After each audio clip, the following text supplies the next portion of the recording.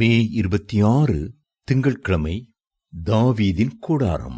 அந்நாளிலே விழுந்து போன தாவீதின் கூடாரத்தை நான் திரும்ப எடுப்பித்து அதன் திறப்புகளை அடைத்து அதில் பழுதாய் போனதை சீர்படுத்தி பூர்வ நாட்களில் இருந்தது போல அதை ஸ்தாபிப்பேன். ஆமோஸ் 9:12. பழைய ஏற்பாட்டிலே சொல்லப்பட்ட முதல் கூடாரம் நோவாவின் கூடாரமாகும். நோவா பயிரிடுகிறவனாகி திராட்சத் தோட்டத்தை நாட்டினான். அவன் திராட்சை ரசத்தை குடித்து வரிகொண்டு தன் கூடாரத்தில் வஸ்திரம் விலகி படுத்திருந்தான். ஆதியாகமம் 9:20-21 என்று வேதம் சொல்கிறது.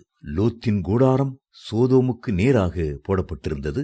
ஆதியாகமம் 13:12. ஆபிரகாமின் கூடாரம் விசுவாசத்தின் கூடாரம். வேதம் சொல்கிறது, விசுவாசத்தினாலே அவன் வாக்குத்தத்தம் பண்ணப்பட்ட தேசத்திலே பாரதேசியைப் போல சஞ்சரித்து அந்த வாக்குத்தத்தத்திற்கு உடன் சுதந்திரராகிய ஈசாக்கோடும் யாக்கோபோடும் கூடாரங்களில் குடியிருந்தான்.